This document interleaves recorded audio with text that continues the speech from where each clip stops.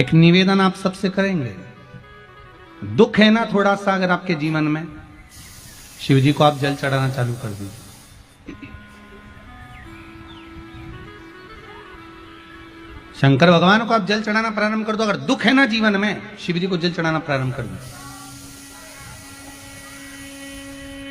और एक निवेदन और करेंगे, अगर दुख समाप्त ही नहीं हो रहा है, कोई बीमारी एक पूरी होती है दूसरी लग जाती है, दूसरी बीमारी पूरी होती है तीसरी लग जाती है, तीसरी बीमारी पूरी होती है चौथी लग जाती है, कुछ प्रॉब्लम चली रही है, तो एक जल के पात्र में जल लीजिए, कलश लोटा पानी का भर लीजिए और उस पात्र में चावल के 2 दाने डाल लीजिए, अक्षत के 2 दाने डालिए। घर में से लेकर जाओ, थोड़ा सा जल बेलपत्री के वृक्ष के नीचे डाल दीजिए, थोड़ा सा जल पीपल के वृक्ष के नीचे डाल दीजिए और थोड़ा सा जल या तो आंवले का पेड़ मिल जाए या शमी का वृक्ष मिल जाए, शमी का वृक्ष मिले या आंवले का वृक्ष मिले, उसके नीचे डाल दीजिए। 3 जगह पर अगर कोई बीमारी ऐसी हो गई कि वो समाप्त नहीं हो रही, बड़ी बड़ी तकलीफ, मतलब एक बार दवाई अगर चालू हो गई तो दवाई बंद ही नहीं हो रही है, तो उसके लिए आपको 3 जगह पर जल चढ़ाना प्रारंभ कर दो। मात्र 1 हफ्ते से ज्यादा चढ़ाना भी नहीं पड़ेगा। जैसे 1 हफ्ते आप टेबलेट लेते हो, गोली लेते हो, 1 हफ्ते चढ़ाना प्रारंभ कर दो। सबसे पहले बेलपत्री के पेड़ के नीचे क्या करना है, जल का पात्र लेना है, उसमें 2 दाने चावल के डालना, 2 दाने अक्षत के डालिए। पहले बेलपत्री के पेड़ के नीचे जाओ, वहां जल चढ़ाओ, फिर जाइए पीपल के वृक्ष के नीचे, वहां जल चढ़ाइए, आखिरी में या तो शमी के नीचे या फिर आंवले के नीचे, इन दोनों में से कोई एक वृक्ष जिसके नीचे। पर 1 हफ्ते अगर आपने आंवले में चढ़ाया है तो आंवले में ही चढ़ाना, शमी में चढ़ाया है तो शमी में चढ़ाना है। ये बदल के मत चढ़ाना कि आज मैं शमी में चढ़ा देती हूँ कल आंवले में चढ़ा दूंगी, ऐसा नहीं। कितना सुंदर कहा है, जब जिंदगी बहुत संघर्ष में चल रही हो, बहुत दुख का जीवन चल रहा हो, बहुत कष्ट का जीवन चल रहा हो, बहुत कष्टमय जीवन चल रहा हो, तब शमी के 5 पत्ते, शमी के 5 पत्ते एक दुर्वा के साथ, एक अक्षत चावल का 1 दाना, वो भी हल्दी में भिंगोया हुआ हो या केसर में भिंगोया हुआ हो, शमी पत्र 5, 1 दुर्वा, 1 चावल का दाना, जो दिल से हृदय से बेलपत्री के वृक्ष के नीचे पार्थिव लिंग का निर्माण कर कर मट्टी का शिवलिंग बनाकर प्रदोष काल में, मतलब शाम के समय पर शिवलिंग बनाकर उस पे जल चढ़ाकर, जो ये 5 शमी का पत्र, 1 दुर्वा और 1 चावल का दाना, अपनी कामना कर कर, जो दुख चल रहा है बाबा से विनय कर कर 1-1 पत्ता जब समर्पित कर दे, फिर 1 दुर्वा समर्पित कर दे, फिर 1 चावल का दाना समर्पित कर दे और बाबा का वहीं पर पुनः विसर्जन कर दे, 3 महीना तो जाने दो, 15 दिन के अंदर वो दुख कटता जरूर है, चाहे कोई भी दुख, किसी भी तरह का दुख क्यों। 1 बेलपत्र के वृक्ष की परिक्रमा करने वाले को हजारों अश्वमेध यज्ञ का फल प्राप्त हो जाता है, हजारों अश्वमेध यज्ञ का फल प्राप्त हो जाता है। उसी तरह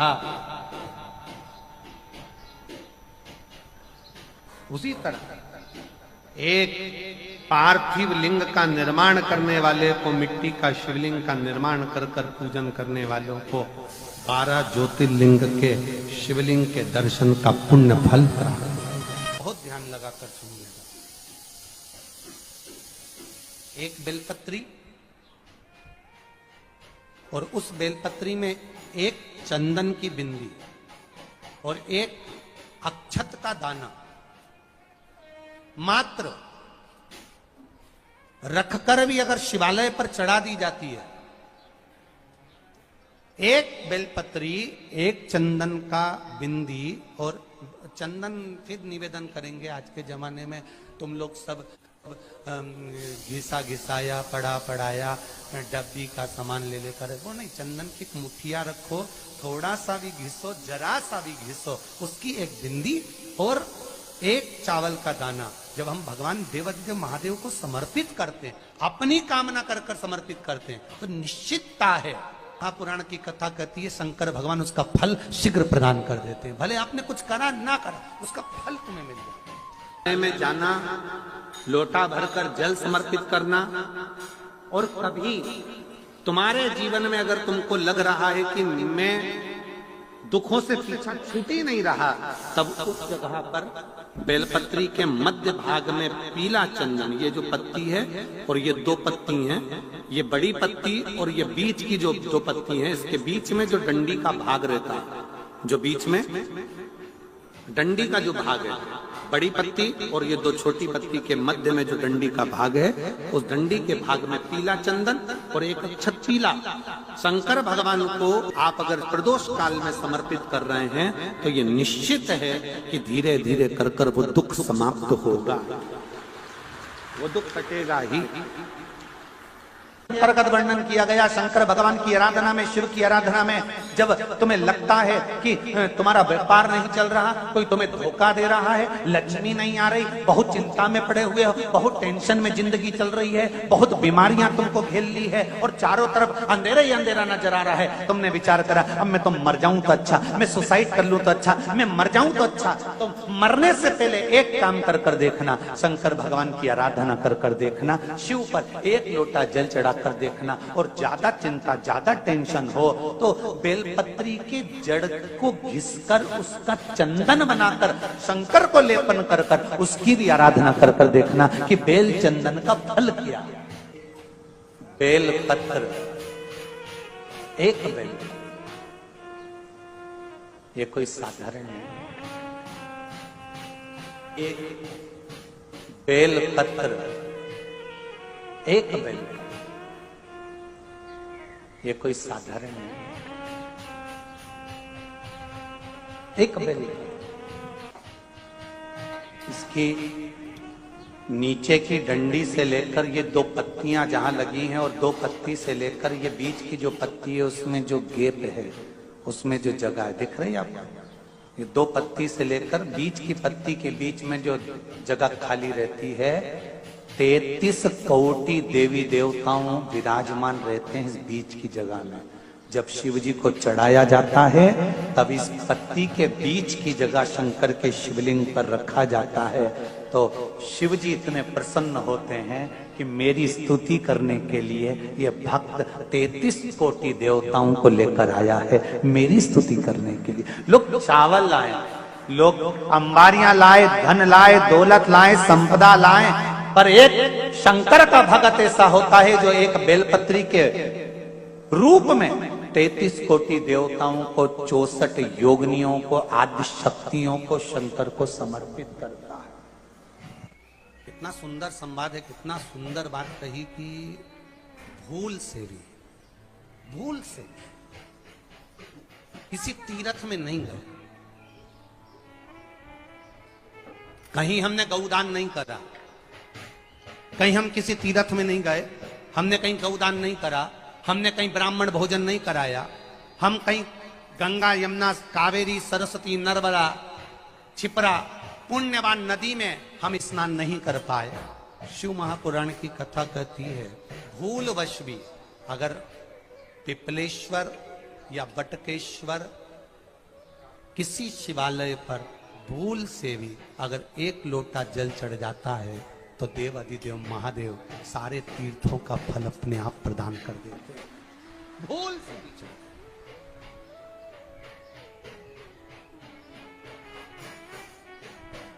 एकांतेश्वर महादेव किसी तीर्थ में नहीं गए, कहीं हमने गौदान नहीं करा, कहीं हम किसी तीर्थ में नहीं गए, हमने कहीं गौदान नहीं करा, हमने कहीं ब्राह्मण भोजन नहीं कराया, हम कहीं गंगा यमुना कावेरी सरस्वती नर्मदा छिपरा पुण्यवान नदी में हम स्नान नहीं कर पाए। शिव महापुराण की कथा कहती है भूलवश भी अगर पिपलेश्वर या बटकेश्वर किसी शिवालय पर भूल से भी अगर एक लोटा जल चढ़ जाता है तो देव अधिदेव महादेव सारे तीर्थों का फल अपने आप प्रदान कर देते हैं। भूल से भी चढ़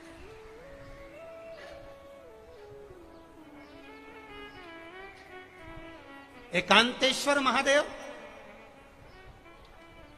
जो कि एकांत में बैठा हुआ है, एकांतेश्वर महादेव अकेला बैठा है अलमस्त होकर। आप जा रहे हो गाड़ी लेकर, आप 4 व्हीलर गाड़ी में जा रहे हो, ट्रैक्टर में जा रहे हो, ट्राली में बैठकर जा रहे हो, क्रूजर में बैठकर जा रहे हो, 2 व्हीलर गाड़ी में बैठकर जा रहे हो और एकांतेश्वर महादेव का मंदिर दिख गया कोई एकांत में, भले उसका नाम नहीं मालूम तुमको कि कौन सा महादेव, पर अकेला बैठा है जंगल में वृक्ष की छांव में एक ओटले पर, कोई दीवार नहीं, कोई जाली नहीं, कोई गेट नहीं, कुछ भी नहीं। ये शिव मंदिर में जाकर एक लोटा जल समर्पित करती थी और शास्त्र कहता है कि शंकर के मंदिर में अगर एक लोटा जल कोई एक परिवार का व्यक्ति भी समर्पित कर रहा है तो समझ लेना कि वो अपनी 71 पीढ़ी को पार लगा रहा है। वो अकेला नहीं, 71 पीढ़ी को पार लगा रहा है। शिव महापुराण की कथा कहती है जब बच्चा गर्भ में आता है, माता के गर्भ में जब संतान आती है और माता के गर्भ में जब संतान रहती है उस 9 महीने में स्त्री नारी अगर कहीं शंकर के मंदिर के सामने से निकल जाए या शिवालय का जल स्त्री को मिला हो या शंकर भगवान का कोई प्रसाद या शंकर भगवान का कोई नाम जाप या शंकर भगवान का कोई मंत्र जाप उस स्त्री के कानों में पहुंच जाए तो जो गर्भ में बच्चा होता है वो बच्चा शंकर की कथा तक या शिवालय तक उसको बिना बोले ही वो अपने आप चला ही जाता है, पहुंच ही जाता है। उस गर्भ में रहने वाले बच्चे को भगवान शंकर के मंदिर के सामने से भी कोई गर्भवती स्त्री निकल कर चली जाती है तो उसका भी फल उसको प्राप्त होता है, उसका भी फल उसको प्राप्त हो जाता है। और वो फल साधारण नहीं होता। क्यों? बेलपत्री को जब भी चढ़ाया जाता है तो पीछे की डंडी पकड़कर नहीं चढ़ाया जाता।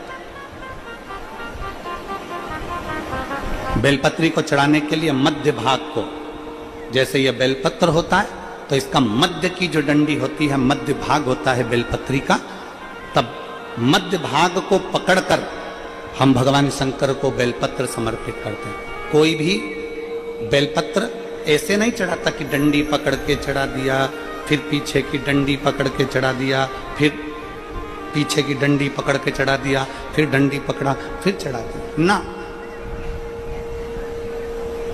मेरे देवादिदेव महादेव को जब भी बेलपत्र चढ़ाया जाता है तो मध्य भाग,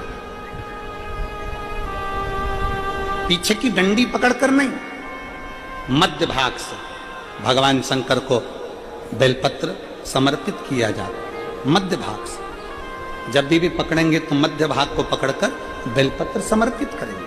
क्यों?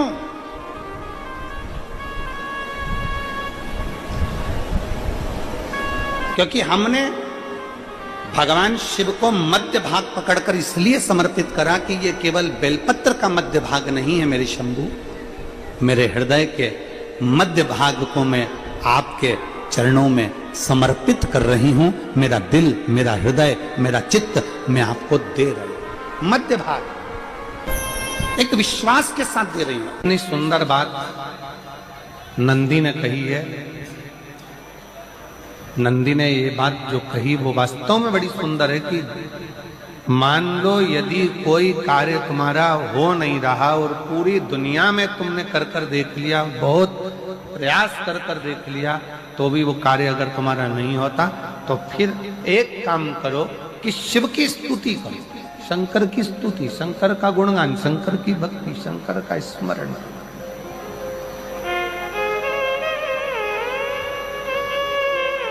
फिर शिव की स्तुति करिए, शंकर से विनय करिए, शंकर से निवेदन करिए, शंकर का गुणगान करिए।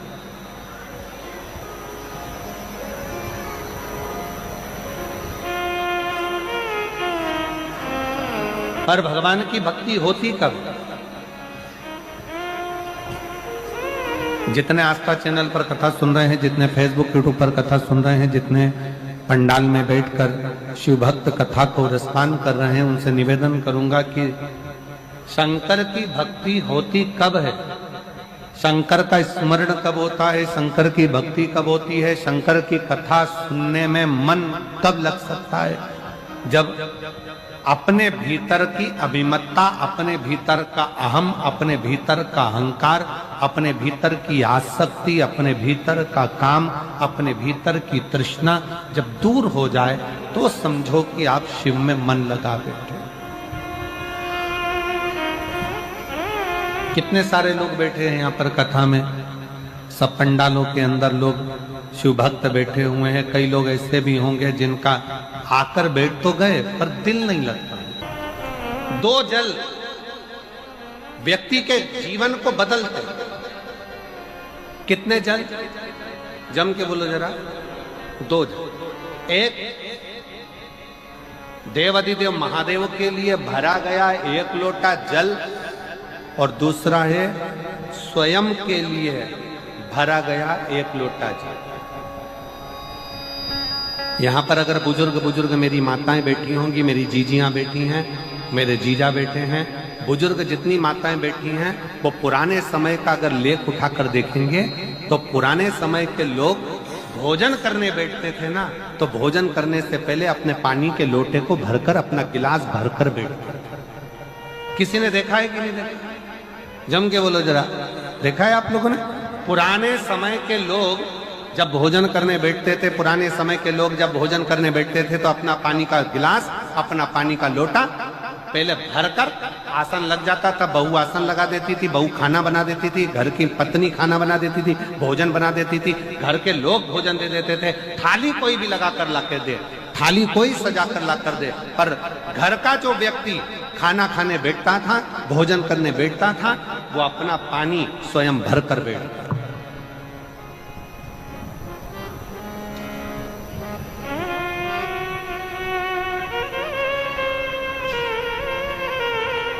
अब आज के जमाने में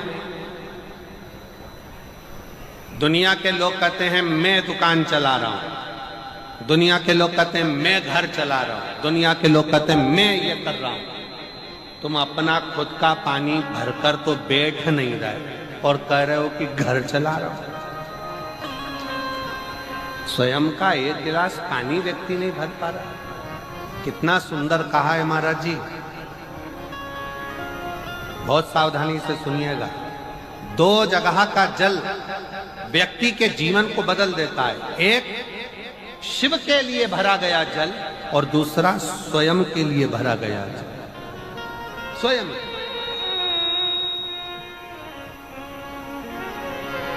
शंकर के मंदिर में जा रहे हो, 1 लोटा जल अपने घर से भरकर लेकर चले जाओ और अपने घर में जब तुम भोजन करने बैठ रहे हो, जब तुम रोटी खाने बैठ रहे हो, भोजन करने बैठ रहे हो, भोजन ग्रहण करने बैठ रहे हो, जब तुम भोजन को ग्रहण करने के लिए बैठ रहे हो, तब अपने घर में जब तुम भोजन ग्रहण करने बैठ रहे हो तो 1 लोटा जल या 1 गिलास पानी भर कर बैठो।